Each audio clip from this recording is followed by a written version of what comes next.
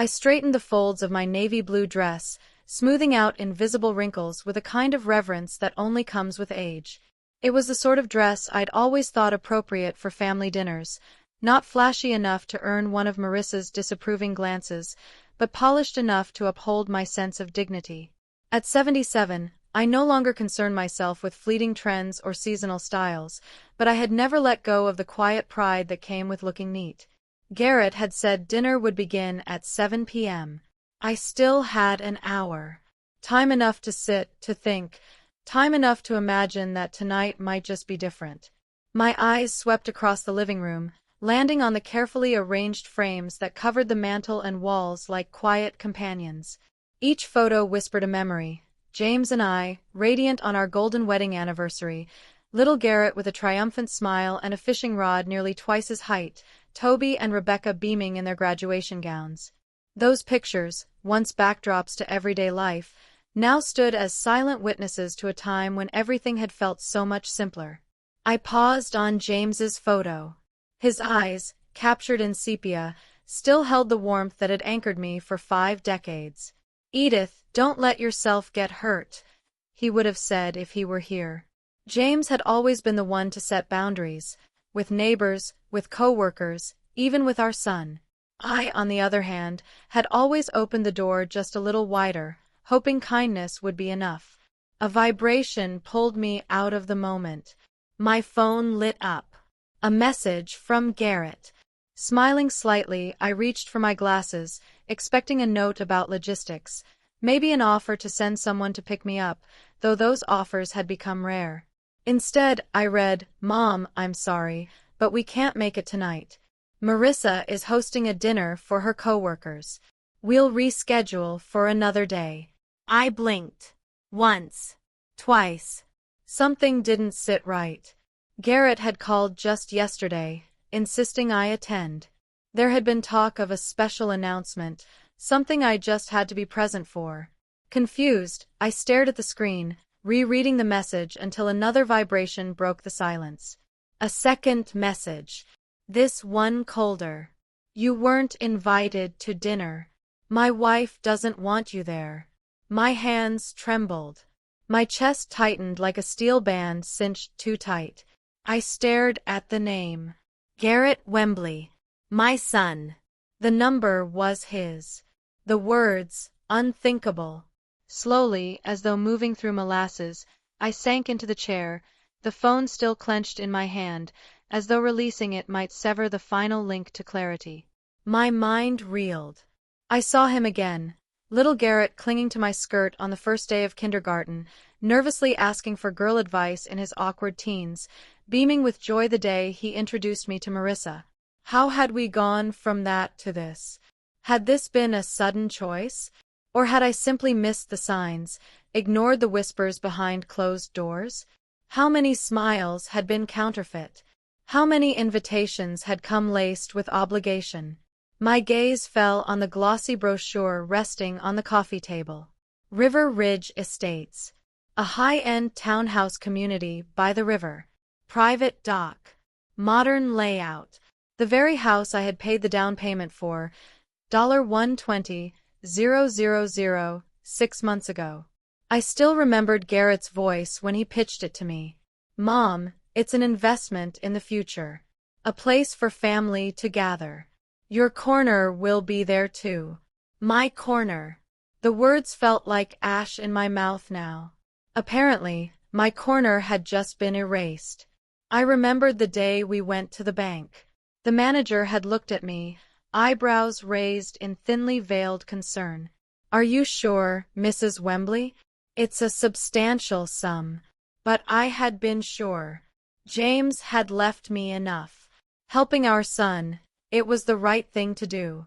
And that wasn't the only time. A new SUV, for the kids' safety.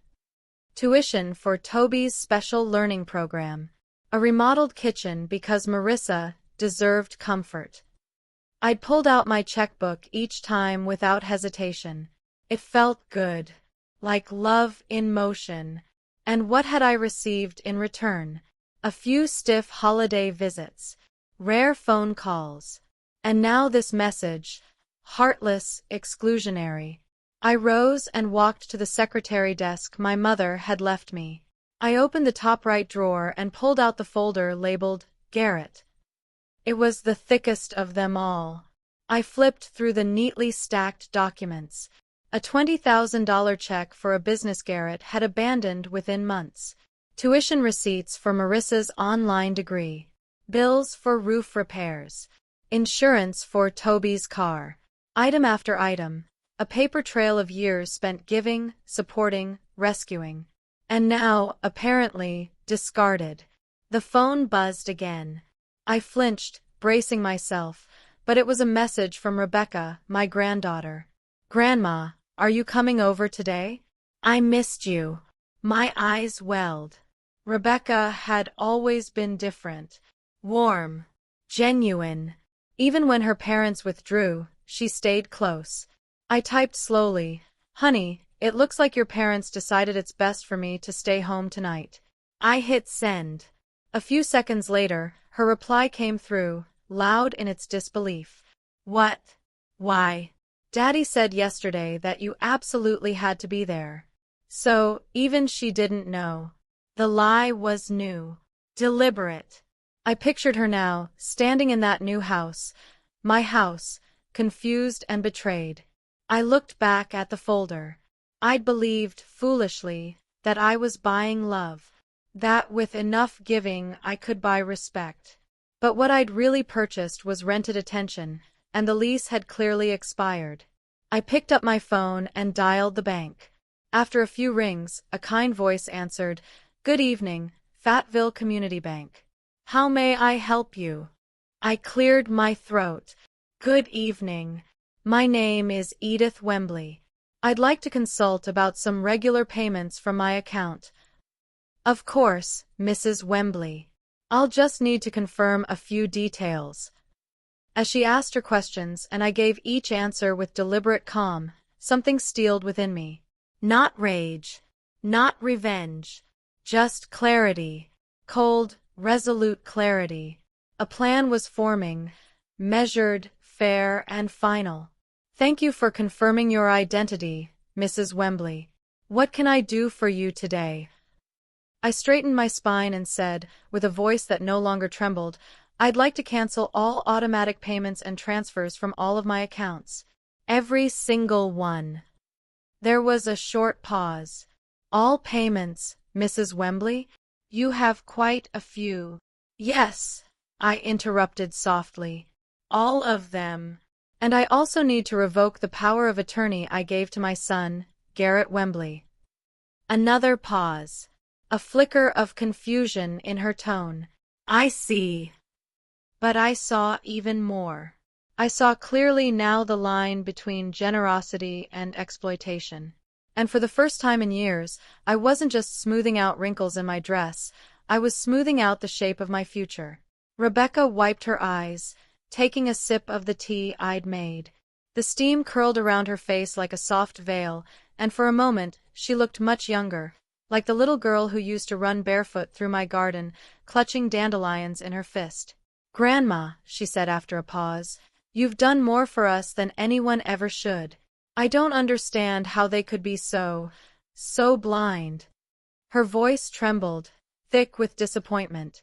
I reached over and touched her hand gently. "People see what they want to see. And some people, they only see others in terms of what they can get from them." She nodded slowly, her thumb tracing the rim of her teacup. "Do you think there's any way to fix this?" I considered the question. Fixing things had been my role for so long, patching over arguments, bailing them out of financial scrapes, smoothing tensions between Garrett and Marissa. But something deep within me had shifted. "I don't know, honey. Maybe some things shouldn't be fixed. Maybe some things need to be left broken, so people can see what they've destroyed." Rebecca's eyes welled up again, and this time, a single tear slipped down her cheek. "I just don't want to lose you." I leaned forward and brushed the tear away with my thumb. "You won't. You've always had a place in my heart, and always will." She nodded, swallowing hard. I want to help you, Grandma. However I can. I smiled, my first real smile in days. Then stay true to yourself, Rebecca. That's all I ask. You don't owe me anything but honesty and love. She hugged me tightly, her arms trembling around my shoulders. I'll come by tomorrow, she said as she pulled away. And the next day. You're not alone in this. After she left, I stood at the window for a long time, watching her disappear down the sidewalk. A part of me ached, the maternal instinct still deeply rooted, still protective, even of those who had hurt me. But I was also resolute. I had made my decision not out of revenge, but self-respect. That night, I slept even better than the one before. No tossing, no night sweats, no anxious dreams. Just peace. The following week passed in a quiet rhythm I hadn't felt in years. No calls asking for emergency funds. No guilt-ridden check writing. Just my own voice, finally loud enough in my own life. I met with Francis again and finalized the trust, every last detail tailored to ensure that what remained of my savings and assets would benefit those who truly valued me. Rebecca was named as a secondary trustee, set to inherit the bulk of my estate when the time came. The rest I allocated to local charities James and I had supported for years, causes we believed in, ones that actually helped people. Garrett showed up on my doorstep 2 days later. I watched from the window as he stood there, shifting from foot to foot, holding his phone like a shield. I didn't open the door right away. I made him knock. Twice. Finally, I opened it. He looked exhausted, eyes sunken, jaw tight. "Mom," he started. "Can we talk?" I nodded and stepped aside. He came in, glancing around like he was seeing the house for the first time. "Why are you doing this?" he asked, voice strained. I didn't answer immediately. I let the silence settle like dust. "Because I'm tired, Garrett. Tired of being treated like an ATM with a heartbeat. Tired of being excluded, lied to, and used." He flinched at the word used, but didn't deny it. "It wasn't like that," he muttered. "Then what was it like?" I asked, my tone sharper than usual. Was it love when Marissa uninvited me from my own family's dinner? Was it respect when you sent a text instead of making a phone call? Was it gratitude when I paid your mortgage and you couldn't even offer me a guest room in the house I bought? His face turned red, and for a moment, he looked like a boy again, caught lying, unsure how to fix it. Marissa was under pressure, her boss was coming, and she thought it'd be awkward. "And that's your wife's choice.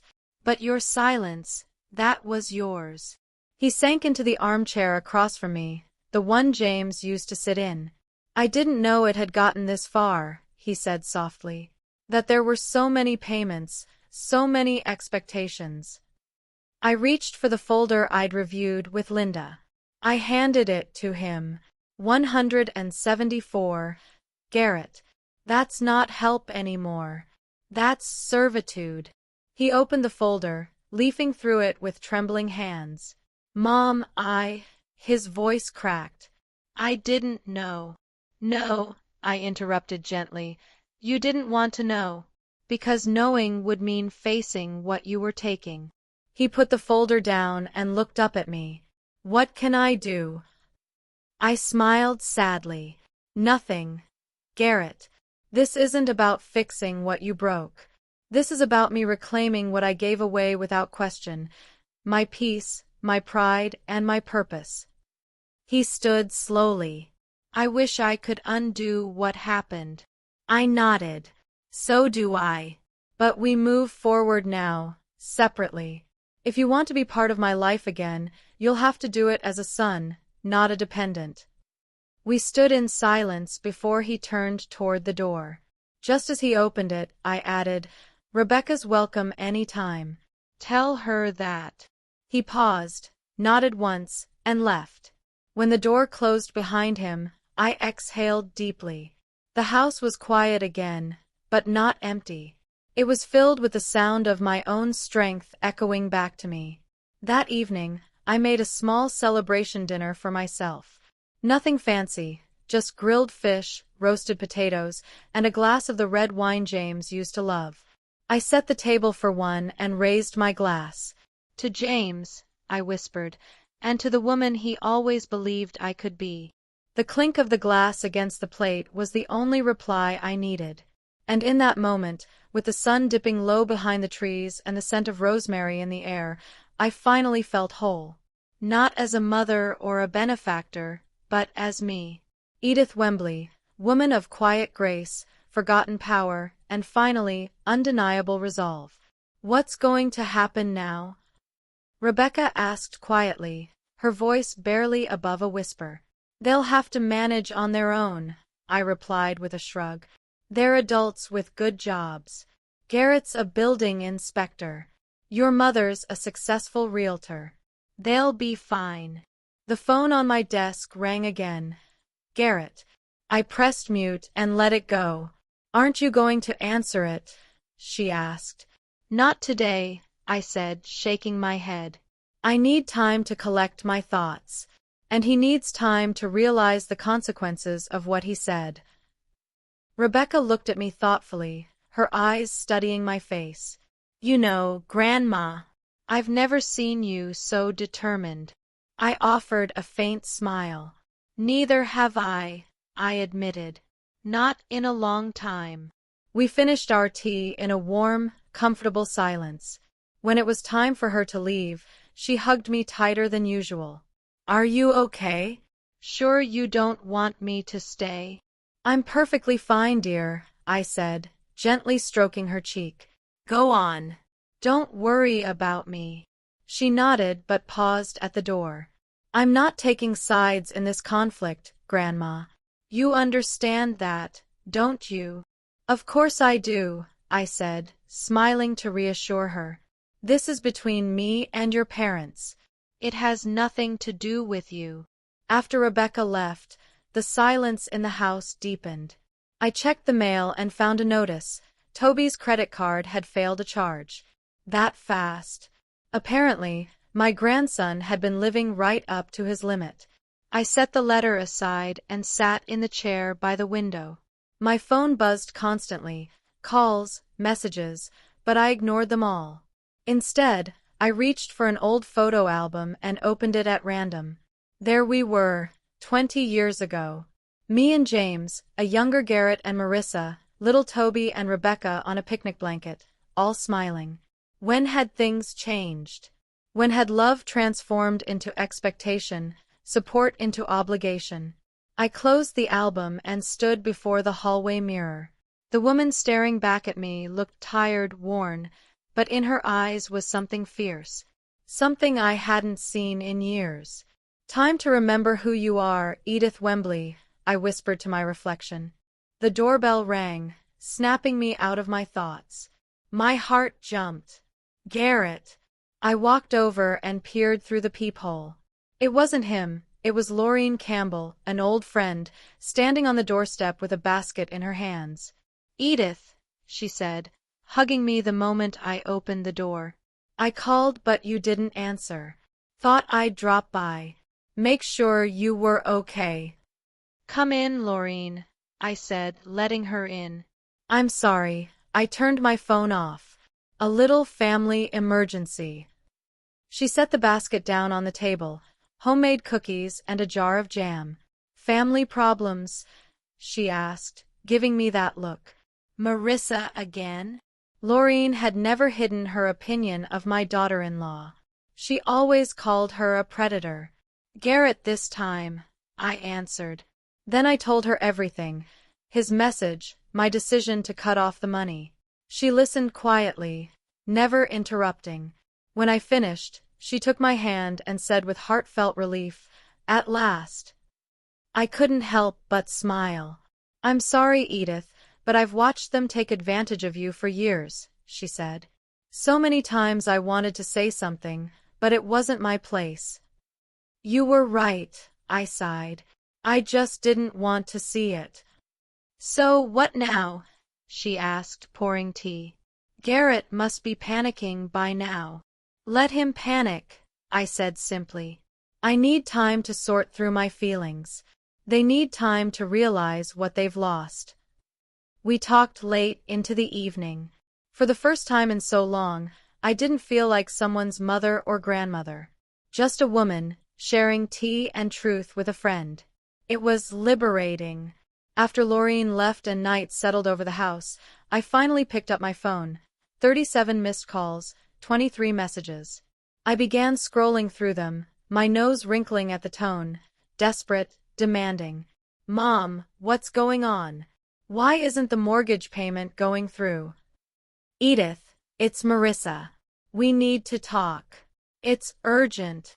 Grandma, my card's been blocked. I'm stuck in town with no money. The last message was from Garrett, just 10 minutes ago. Mom, I'm on my way to see you. We need to talk. I tensed. Was I ready for this conversation? It didn't matter. It was coming either way. I turned off the living room light and walked to the kitchen. I put the kettle on and pulled out my best china cup, the one I only used on special occasions. Today was special. The day Edith Wembley finally said no. A car pulled up in the driveway. I peeked through the curtain. Garrett. Alone. No Marissa. That was odd. She never let him handle the important conversations alone. The doorbell rang. I took a deep breath, squared my shoulders, and opened the door. Garrett looked unkempt. His usual polished look had vanished, wrinkled shirt, dark circles under his eyes. Irritation mixed with panic. Mom, what's going on? He said immediately. All the payments are being rejected. The bank says you revoked all authorizations. We can't pay the mortgage. I turned to the kitchen where the kettle was already whistling. Do you want tea? I asked calmly, taking out a second cup. What tea? He threw his hands in the air. Do you realize what's going on? The bank called about the late payment. Marissa's hysterical. I understand, I said, pouring the boiling water. I've canceled all financial obligations to your family. All 174 payments. I have no intention of resuming them. He stared at me as if I were speaking another language. What? Why? He asked, sinking into a chair. Is this some kind of joke? You weren't invited to dinner. My wife doesn't want you there, I said, quoting his message. That was from you, Garrett. Not a joke. And my response isn't a joke either. He turned pale. It's not what you think, he tried. What am I supposed to think? I asked, pouring his tea. That my own son barred me from the house I paid for? That my daughter-in-law insults me while I fund her lifestyle? Mom, it was stupid. I admit it. Marissa was upset, and I. And you made her happy by insulting me? I cut him off. Very sweet, Garrett. Mom, please, he pleaded. We can't do this without your help. We've got loans, the mortgage, Toby's college. I took a sip of tea, letting the anger I'd held in for years finally rise.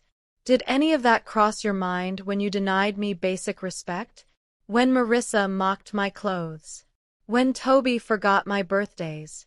When none of you called me on the anniversary of your father's death?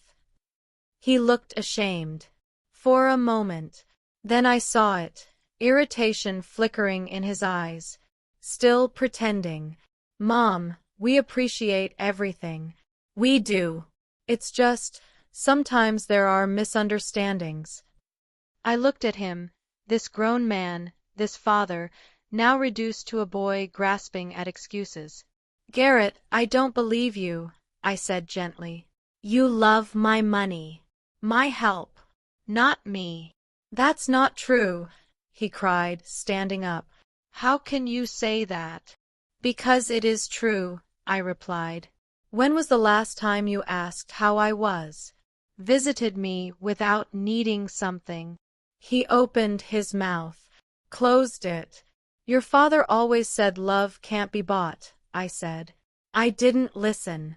I thought if I gave enough, helped enough, you'd appreciate me. I was wrong. He stepped toward me. Why don't Marissa and I come over this weekend? We'll talk it over calmly. No, I said firmly. My decision is final. But how will we pay for the house? He asked, panic rising. The cars? Toby's tuition.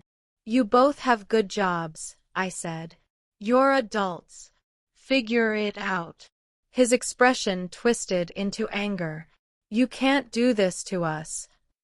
After everything you… What? I said, standing. Name one thing you've done for me, unselfishly. He couldn't. His silence said everything.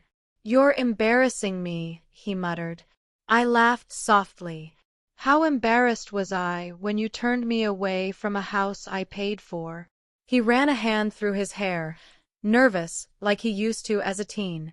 It was a mistake, Mom. I've apologized. What do you want me to do? Get on my knees? No, I said. I want you to leave. I need time to think. But, Mom. Go away, Garrett, I said, my voice like stone. He stared at me, stunned, then turned and left. The door slammed. The car roared to life and disappeared into the night. I sat down slowly. My hands trembled. Confronting my son had taken everything I had. A part of me wanted to run after him, take it all back, but I didn't. I finished my tea and washed the dishes, needing the motion to steady myself. The phone rang. Marissa. I rejected it. A message came through. Edith, we need to talk. Garrett told me. I think there's been a terrible misunderstanding. Let's talk like adults. I smirked. Marissa loved that phrase. I didn't reply. The next morning, Francis Whitaker, my attorney, arrived. It's ready, Edith, he said, laying out the papers. An irrevocable trust. You're the sole beneficiary while alive. Upon your death, 40% to Rebecca, 10% to the library charity, and the rest as per your instructions. Garrett and Toby get minimum shares by law. Marissa gets nothing. I reviewed the documents carefully, then signed them. I've rarely seen such certainty, Francis remarked. I've hesitated enough, I said. 4 years. He nodded. I'll file them today. After he left, I took a walk through the park. Watching children play reminded me of Garrett as a boy. Where had we lost the joy? My phone rang. Toby. Grandma, he said. Is it true? Did you cancel all the payments? Yes, it's true. But why? Dad said something about a misunderstanding. I can't pay rent. My card's blocked. Toby, you're 23. You work full-time. Why are you still dependent on me? You've always been there. I'm used to. Exactly, I said. You're all used to it. You took it for granted. Silence. Did Dad really say you weren't welcome?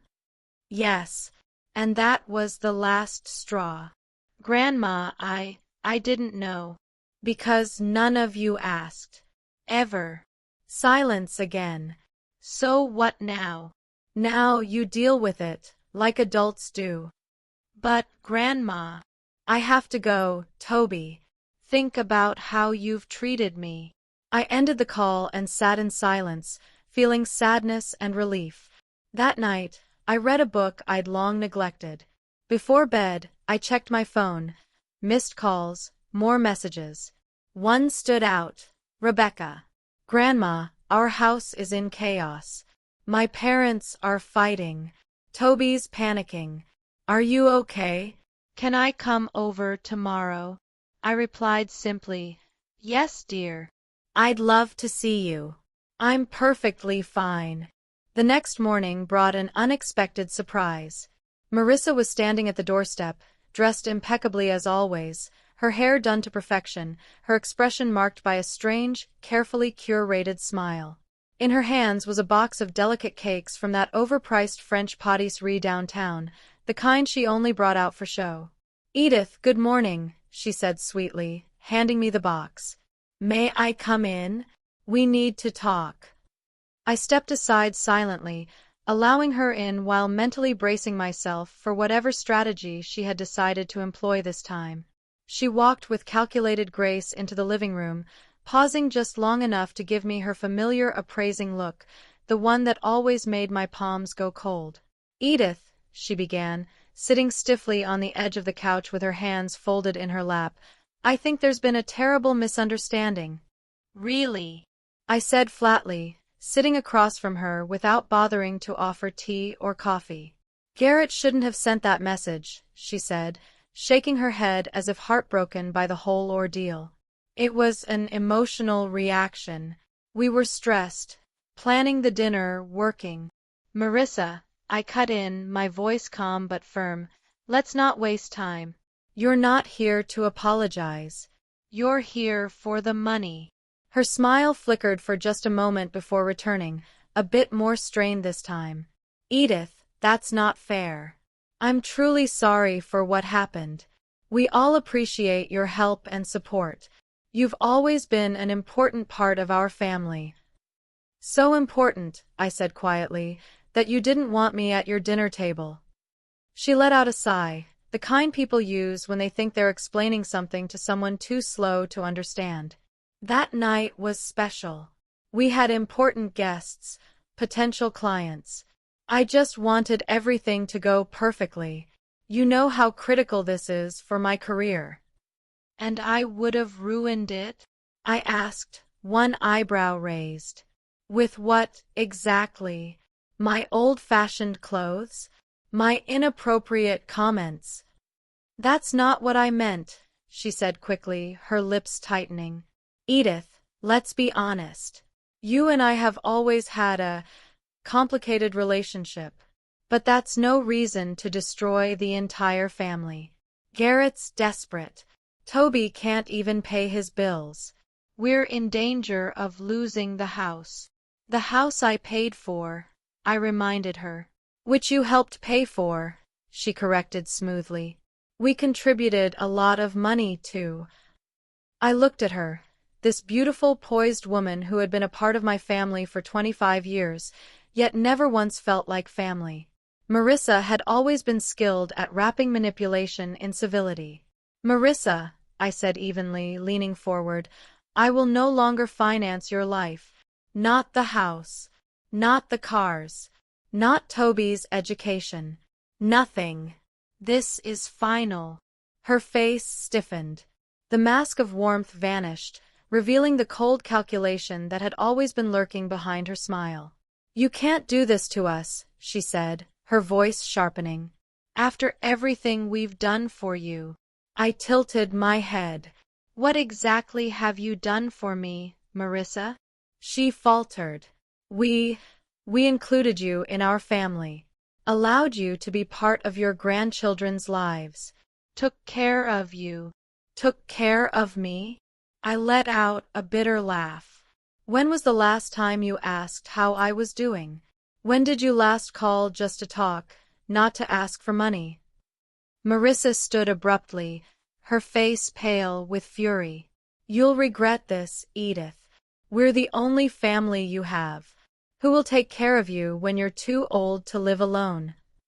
"I will take care of myself," I said, rising with her.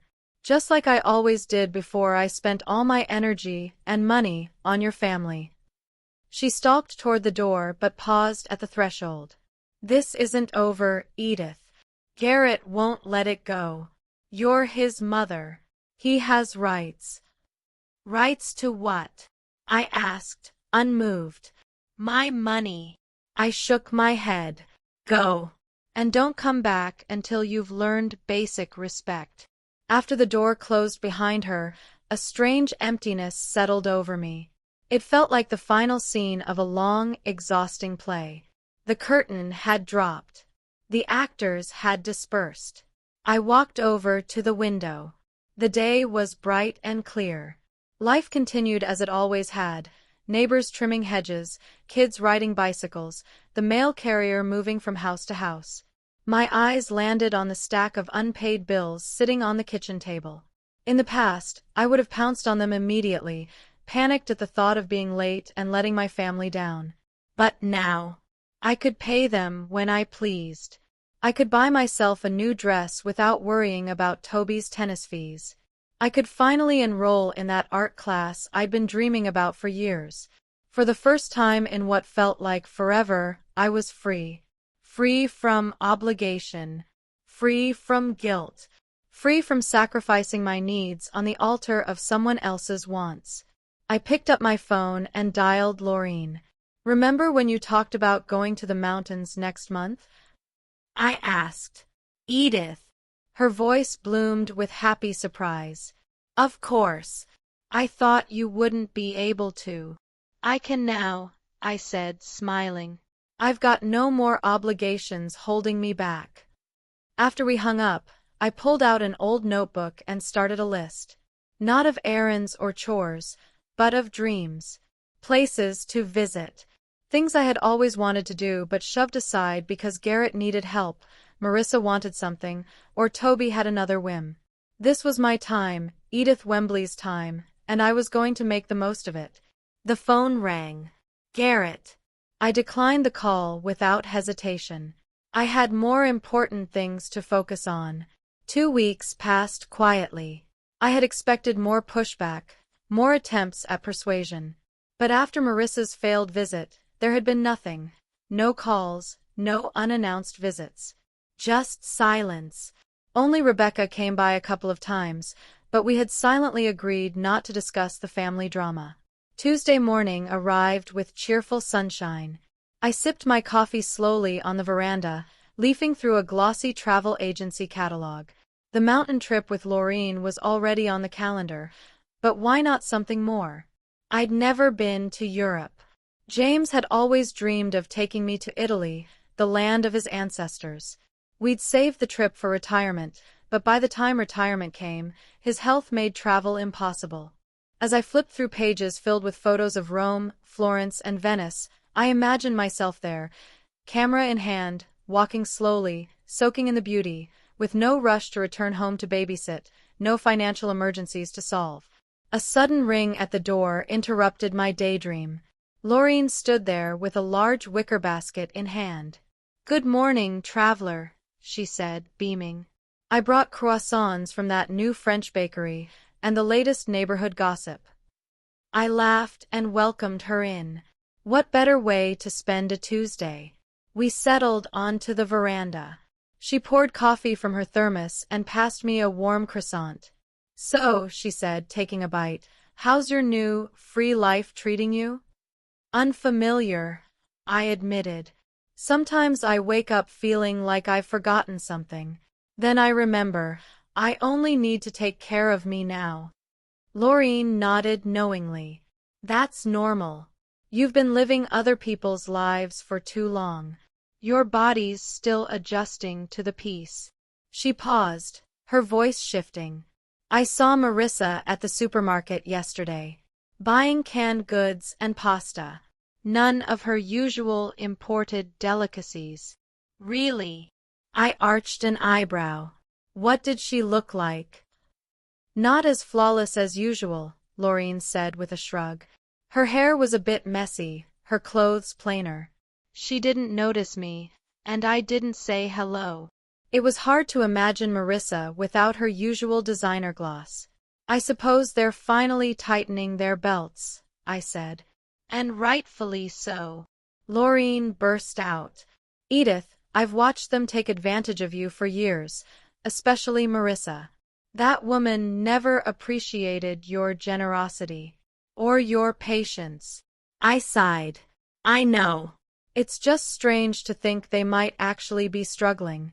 Garrett never was good with money." "Then it's about time he learns," Laureen snapped. "At his age, he should be on his own, not hiding behind his mother's checkbook." I smiled at her bluntness. Laureen never sugar-coated her opinions. It was one of the reasons we'd been friends so long. She was a gust of truth in a house full of masks. She nodded toward the catalog on the table. So, what are you planning now? I slid it toward her. I'm thinking about Italy. James always wanted to show me Rome. Her face lit up. That's a wonderful idea. When are you going?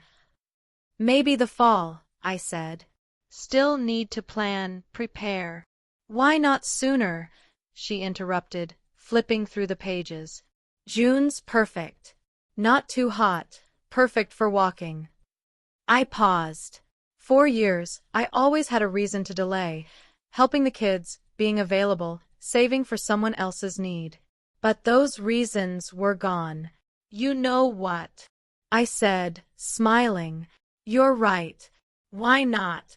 I'll call the agency today. She beamed. Now that's the spirit.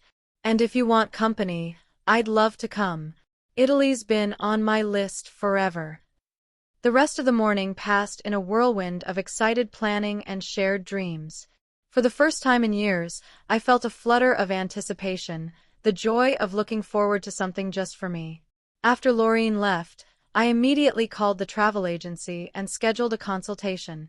Then I pulled out the old atlas James had given me long ago and traced my fingers over the map of Italy, Rome, Venice, Florence, picturing myself standing in those ancient streets, finally living a life that was mine.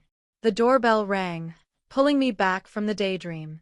I opened the door to find Toby standing there, disheveled in a crumpled shirt, dark circles shadowing his eyes. "Grandma," he said, shifting awkwardly from foot to foot. "May I come in?" I stepped aside silently, watching him pass as he moved into the living room and sank onto the couch, rubbing his hands together with nervous energy. "Would you like some tea?" I asked gently. "No, thanks," he replied with a quick shake of his head. Then, almost immediately, his voice cracked.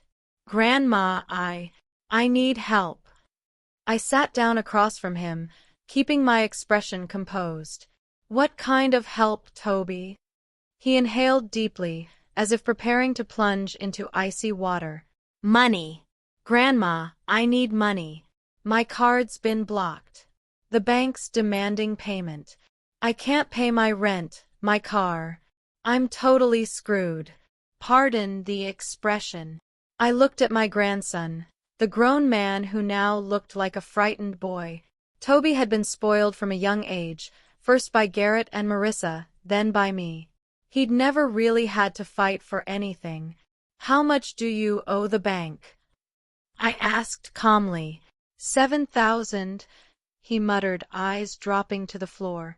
I guess I got a little carried away with the credit cards over the last few months. "What did you spend the money on, Toby?" He shrugged and avoided eye contact. "Various things. A new phone, a trip to the coast with friends, a couple parties." I didn't respond immediately. I waited. Finally, Toby looked up and added, "Grandma, I know I haven't been very attentive. I haven't called much. I haven't visited much. But I really love you. And I'm really, really asking you to help me now. I promise I'll pay you back." I studied him carefully, trying to see whether there was sincerity behind the words. Toby had always been charming when he wanted something, a trait he'd definitely inherited from Marissa. "Toby," I said slowly, "you're 23 years old. You've been working at that insurance company for almost 2 years. Why haven't you learned to manage your finances yet?" He looked embarrassed. "Yeah, I don't know. I never really thought about it. I could always ask my parents or you." "Exactly," I said, nodding. "There was always someone to clean up your messes. But you can't go on like this forever. Sooner or later, everyone has to learn to stand on their own 2 feet. "I know, Grandma," he said eagerly. "And I will. I promise. Just help me this last time. I'll get a second job, start saving." I shook my head. "No, Toby. I'm not giving you any money. His eyes widened in shock. He clearly hadn't anticipated a rejection. But Grandma, what am I supposed to do? What adults do when they're in trouble, I replied. Find a solution. Talk to the bank about restructuring your debt. Look for another income source. Cut your expenses. Toby stared at me as if I were speaking a foreign language. But, it's so complicated. Life is complicated, I said with a shrug, especially when you're forced to take responsibility for your own actions. He jumped up suddenly, face flushed with emotion, mistrust, resentment, and something like panic. So, you're just leaving me? After all these years of telling me you love me? I do love you, Toby, I said gently but firmly. That's why I'm refusing to continue supporting your addiction to my money. That's not love, it's codependency. And it's been hurting you more than helping. His voice rose. You're just doing this to get back at us because of your fight with Dad. I looked at my angry grandson and saw in him a mirror of Marissa, the same temper flaring at rejection, the same inability to accept a boundary. Toby, sit down, I said, my tone firm but quiet. Surprisingly, he did, flopping back onto the couch, breathing hard. I'm not taking revenge on anyone. I've just stopped being an ATM. I've stopped buying the love and respect that should be given freely. That's not a healthy relationship. He was silent. I let the silence stretch, allowing my words to land. Think about it, I continued. When was the last time you came to see me just because you wanted to? No requests, no agenda. When did you last ask about my life? He averted his eyes. You can't remember, can you? I asked softly. That's the problem, Toby. What we have, it stopped being a family bond. It turned into a transaction. I give money, and you give me just enough attention to keep the flow going. That's not true, he protested, though the conviction in his voice had already cracked. Oh. I lifted an eyebrow. Then tell me one thing, just one, you've done for me in the past year without expecting something in return. Toby's brow furrowed as he struggled to come up with something. His silence stretched before he finally offered, I came to your birthday party. Yes, you did, I agreed. An hour late, without a gift. And you left right after cake to go meet your friends. He lowered his head. I didn't mean to. I didn't think. That's right, I said gently. You weren't thinking. Not about me. Not about my feelings. My voice softened. I'm not angry at you, Toby. Truly. I'm just not willing to keep participating in a relationship that's hurting us both. We sat in silence. Toby was hunched over, lost in thought, and for a moment I saw not a man, but the small, stubborn boy I'd taught to ride a bicycle, so vulnerable beneath the bravado.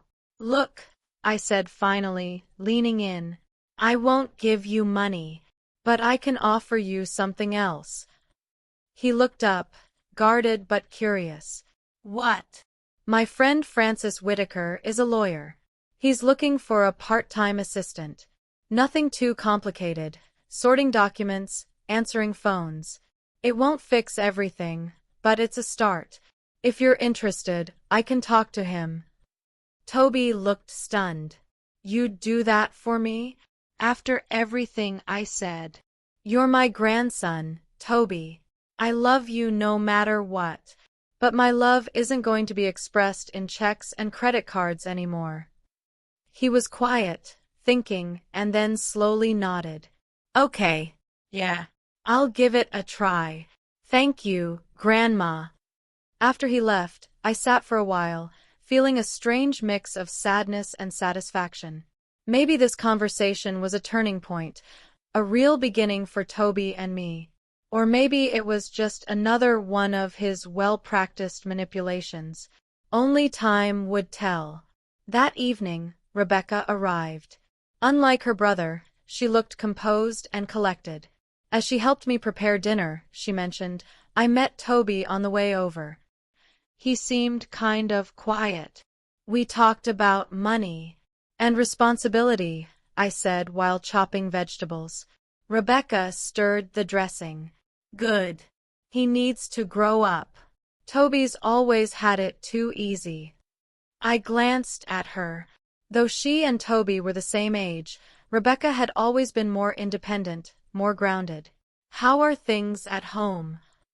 I asked carefully. She sighed.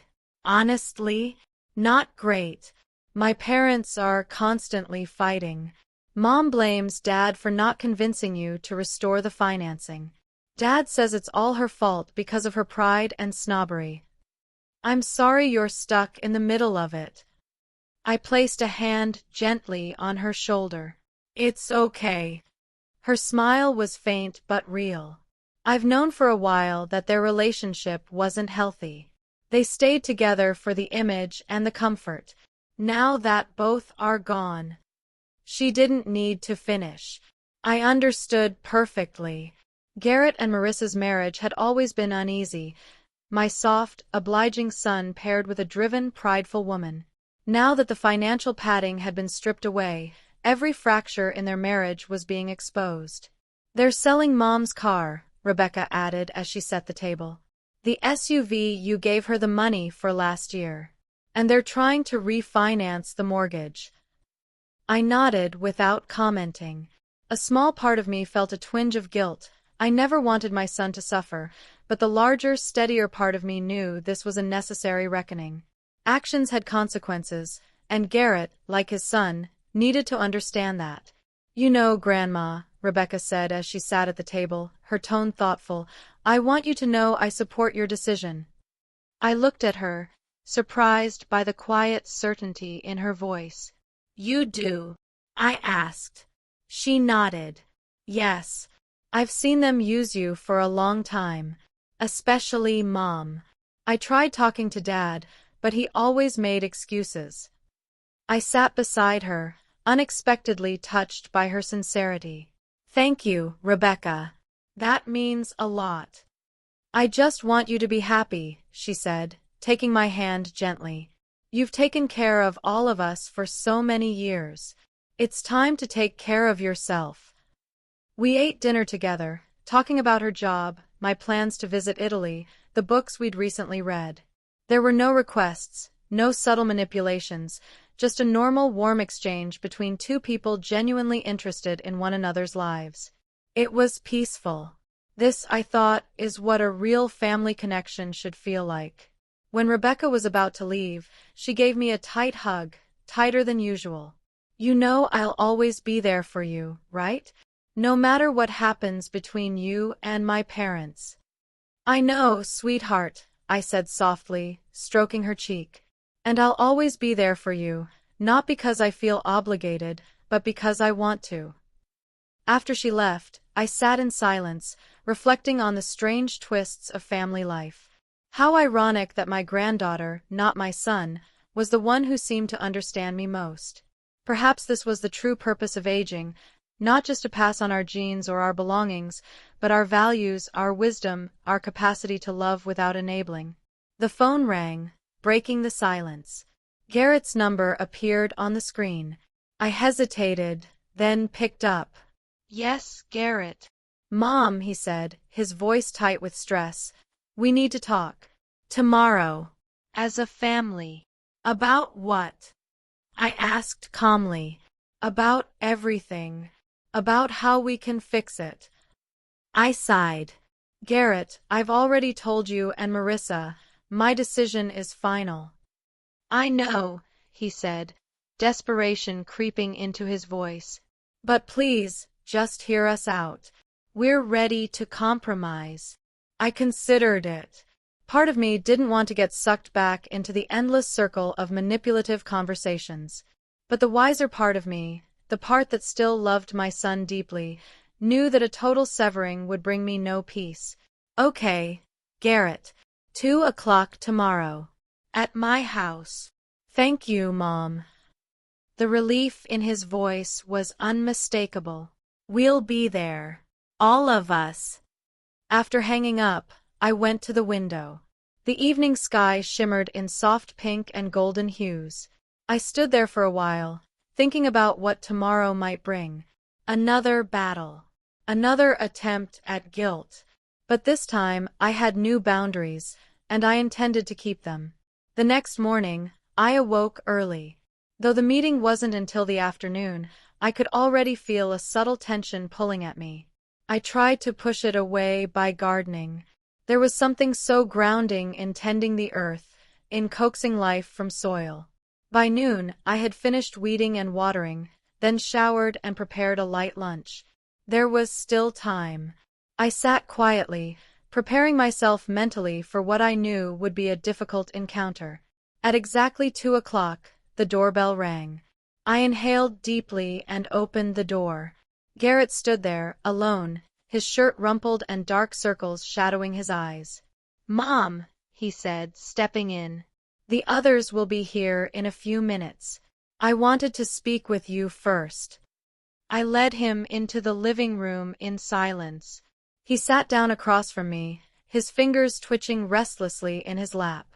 "Mom," he began, "I want you to know that what's about to happen wasn't my idea." Marissa insisted. I raised an eyebrow. "What exactly is going to happen, Garrett?" He lowered his eyes. Marissa, feels we need to take decisive action to help you understand how your decision is affecting the family." My stomach tensed. What kind of action? Before he could answer, I heard the sound of multiple cars pulling up. I crossed to the window and looked out. 3 cars. Out stepped Marissa, perfectly composed, every hair in place, a smile that didn't quite reach her eyes. Toby and Rebecca followed. Behind them came a small crowd, people I vaguely recognized, Marissa's parents, her siblings, in-laws, some old acquaintances. I turned back to Garrett, my voice tight. "What is this?" He looked genuinely startled. Marissa thought it would be more effective to have everyone involved. Everyone who cares. I felt the rage build, not loud or explosive, but cold and razor-sharp. "Your wife brought a group of outsiders into my house to debate our private family issues?" Before Garrett could respond, the doorbell rang again, this time with an aggressive insistence. I opened it slowly. Marissa stood there, flanked by her self-appointed entourage, her voice rising just enough to sound performative. "Edith, good afternoon," she said, smiling broadly. "We're here to talk as a family. To resolve things with love and unity." I glanced past her at the awkward assembly behind her. At least 10 people, some shifting uncomfortably, others clearly curious about the spectacle. "Marissa," I said, calm but cold, "I didn't invite these people into my home." "But this is family, Edith," she said with feigned shock. "Isn't family supposed to stand together in tough times?" Rebecca hovered to one side, visibly uncomfortable. Toby, by contrast, stood close to his mother, his posture mimicking hers, confident, rehearsed. "My parents," Marissa continued, gesturing grandly, "my brother Curtis and his wife, my sister Paige and her husband, they're all concerned. We're one big family." I looked her dead in the eyes. "No, Marissa. We're not. This is my home, and I decide who enters. Only you, Garrett, and the kids are welcome. The rest will have to leave." Marissa's smile strained as she stepped forward. "Edith, don't be so inhospitable. These people traveled to." "On your initiative," I cut in sharply. "Not mine. If they don't leave, there won't be any conversation at all." There was a beat of tense silence. Marissa's eyes narrowed slightly as she weighed her options. Then she turned to the crowd. "I think we better continue this privately," she said through clenched teeth. "Please, everyone, go for a walk. We'll be done shortly." Her relatives exchanged glances, clearly disoriented. Her father, a rigid man with a military presence, gave a stiff nod. Of course, dear. Once the crowd dispersed and the door closed behind Marissa, Toby, and Rebecca, I turned to face them. My voice was low but steady. So, who's going to explain what this circus was all about? Marissa stepped forward without missing a beat. Edith, your decision to cut off financial support doesn't just affect Garrett and me. And so it began. But this time I was ready. This time I wouldn't be moved by guilt, fear, or obligation. I had finally remembered that boundaries, once set, are a form of love too, perhaps the most honest kind. It affects our entire extended family, Marissa said sharply, her voice rising as if she were giving a presentation.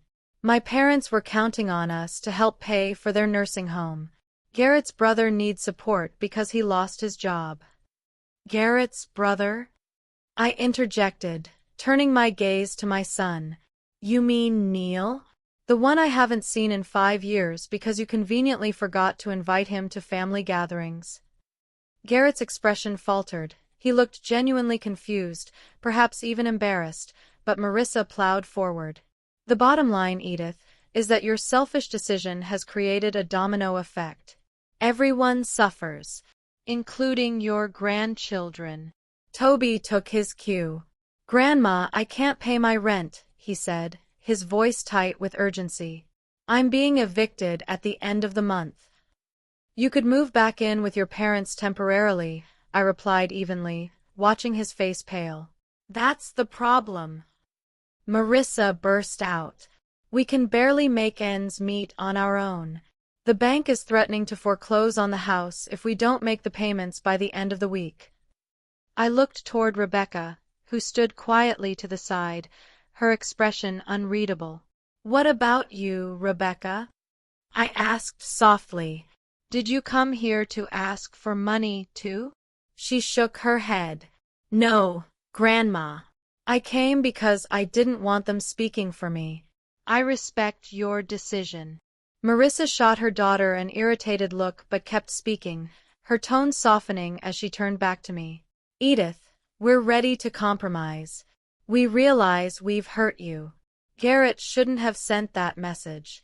It was a mistake we're all paying for. This isn't about the message, Marissa. I shook my head slowly. The message was just the final straw. This is about years of neglect, of being taken for granted, of being used. Used. Marissa recoiled dramatically, throwing up her hands. We're a family. Families support each other. Interesting how you only remember family values when it's about money, I said coolly. Where was this unity when I spent the holidays alone?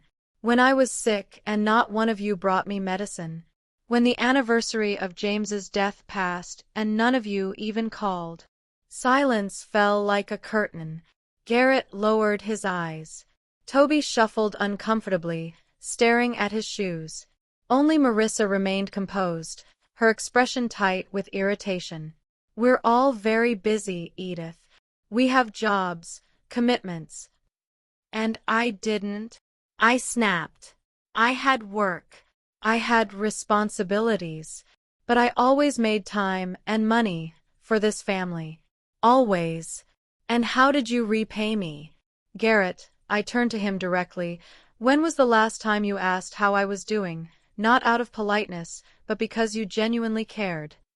He had no answer. Toby, I continued, how many times have you come to me just to visit, not when you needed something? Again, no answer. Marissa, I said, my voice dropping lower. Name one thing, just one, that you've done for me over the years. One small gesture of care or respect. She opened her mouth, but no words came out. You can't, I said simply. You can't think of anything because there were none. There weren't relationships. There were transactions. I gave and you took. Marissa was the first to recover. This is manipulation, Edith. You're trying to make us feel guilty so we don't focus on the real issue. And what exactly is the real issue, Marissa? I asked, genuinely curious. That you're destroying our family with your selfishness, she nearly shouted. We could lose the house. Toby could lose his apartment. My parents will end up in a state-run nursing home. And somehow, that's my responsibility? I asked incredulously. Garrett is 54 years old. Toby is 23. You're a successful realtor. Why are all of you still dependent on me? Because you've always helped. Garrett finally exploded, lifting his eyes to meet mine. We've come to rely on you, Mom. Exactly, I said, nodding slowly. You used to. You treated my help as an entitlement, not as a choice I made out of love. And when I finally said enough, you didn't stop to ask why I did it. You didn't reflect. You just came here to demand I fix your lives again. I walked to the window, watching the cars where Marissa's extended family still waited, like a jury summoned to a show trial. It was just like her, always orchestrating public shaming, using people to pressure me into submission. You know what the saddest part is? I turned back toward them. You still don't understand what the real problem is. You think I'm just angry over a message. That this is all a misunderstanding you can smooth over with the right words and just enough guilt. But that's not it. That's not it at all. I paused. The truth is, I finally saw what our relationship really was. I wasn't your mother or grandmother, or even your mother-in-law. I was an ATM, a funding source. And when that source dried up, suddenly you rediscovered the concept of family values.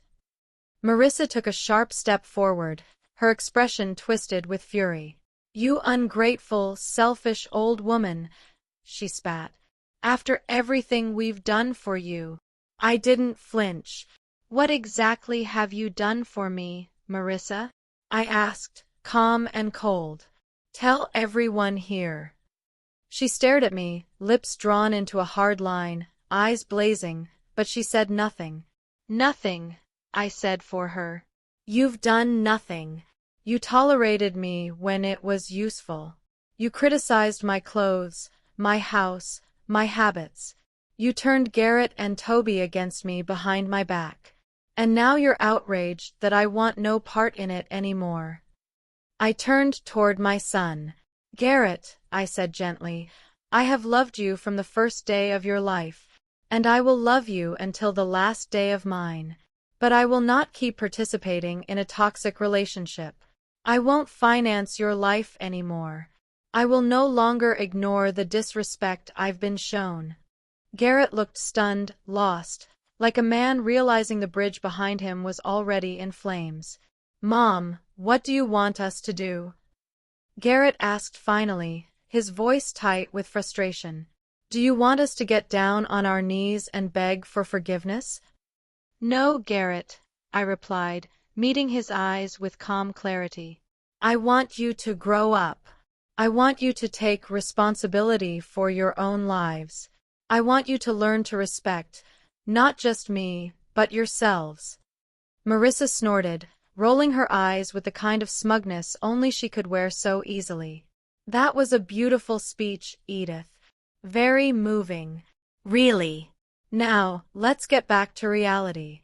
We need money. Now. I looked at her then, really looked. She was beautiful, confident, always polished, always commanding, always used to getting what she wanted. And yet, in that moment, all I felt was tired. Deep, bone-heavy exhaustion. No, Marissa. Not now.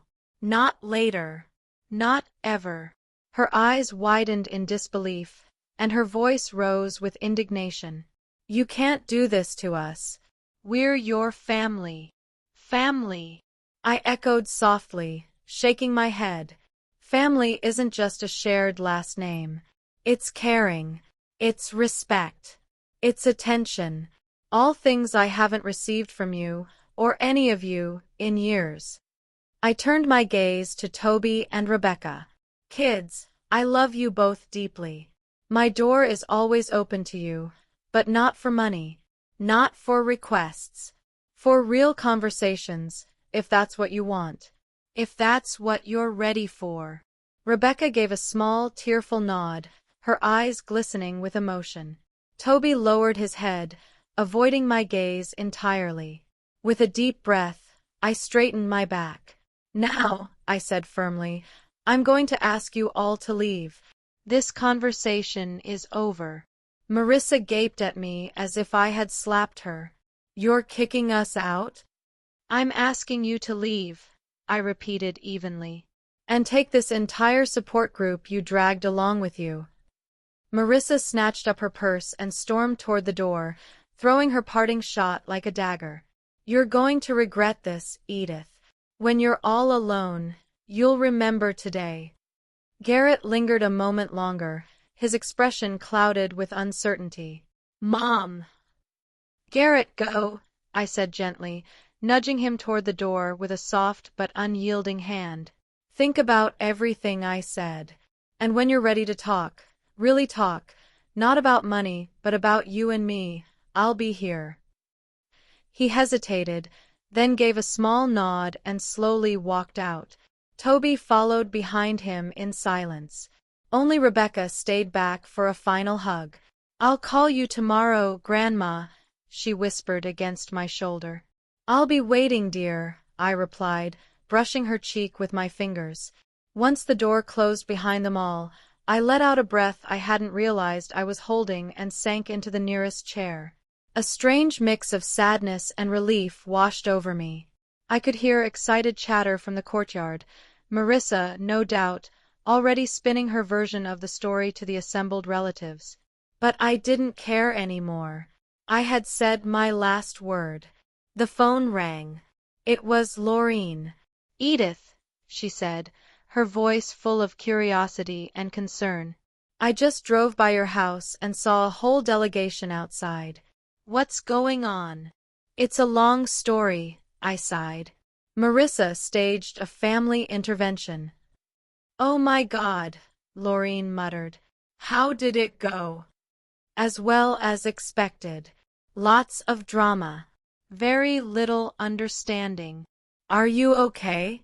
Do you want me to come over? In the past, I would have quickly refused, too proud to burden a friend with my problems. But not now. Yes, Laureen. I'd love for you to come. I could really use a friendly shoulder tonight. I'll be there in 20 minutes, she replied instantly.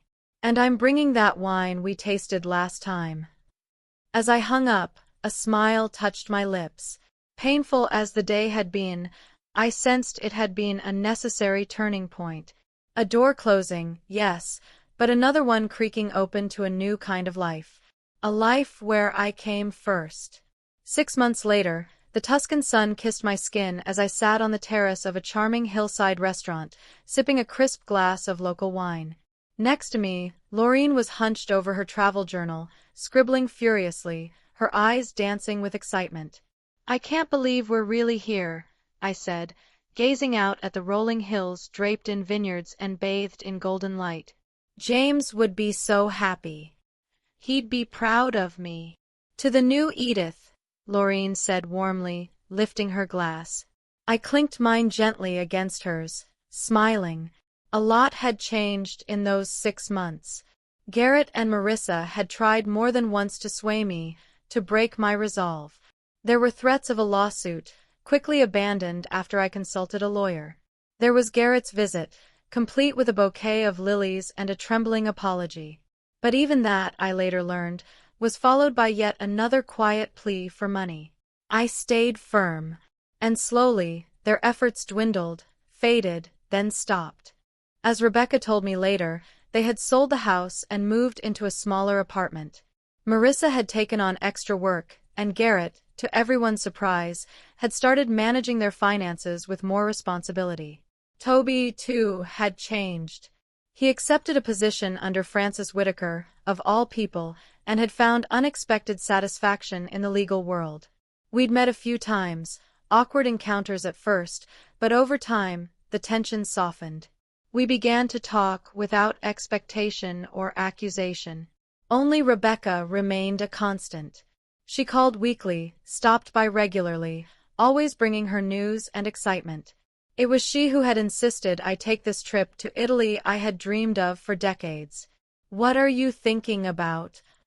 Laureen asked, pulling me from my thoughts. "Just how much life has changed in 6 months," I said, smiling as I took another sip of wine. "Who would have thought I'd be starting over at 77? "You've always been stronger than you thought," Laureen said softly. "You just finally let it show." She was right. I looked at the glowing hills and nodded. All my life I had handed over my power, first to my husband, then to my son, then to the needs of his family. And now, in the winter of my life, I had finally found the courage to hold onto it for myself. My phone buzzed. A message from Rebecca, a photo of her cozy new apartment. "Grandma, I can't wait for you to come back and see it all with your own eyes. Hope Italy is amazing." I smiled and typed a reply, attaching a photo of the Tuscan landscape as my answer. That bond with Rebecca was sacred. The only family thread I had chosen to preserve, because it was woven with love, not entitlement. Back at the hotel that evening, I curled up with a book on the balcony, the soft chatter of Laureen's phone call with her daughter filtering through the open door. I thought about how terrified I had been of loneliness, how desperately I had clung to toxic ties just to avoid being alone. But it was only after cutting those very ties that I had found real peace. Yes, there were fewer people in my life now, but the ones who remained were there for the right reasons. Rebecca, Laureen, a few old friends I'd reconnected with. They were my real family, offering love, respect, and genuine interest without strings. I remembered Marissa's final words, "You'll regret this when you're all alone." But I wasn't alone. Not anymore. For the first time in decades, I was truly with myself. Not dissolved in the needs and whims of others, but anchored in my own soul. Tomorrow, Laureen and I plan to visit a local winery, maybe wander through a small museum nearby. No schedules, no guilt, no demands. Only joy, only freedom. I sipped the warm night air, letting it fill me with peace. James would have been pleased. He always said I gave too much and asked for too little. And though it took 77 years and a lifetime of giving, I had finally learned the lesson he'd always hoped I would, to love myself as fiercely as I had loved others. My phone vibrated again. Garrett this time. Before, I would have answered immediately, bracing myself for his voice, ready to drop anything just to respond. But not tonight. Tonight, I set the phone aside. Whatever he had to say could wait.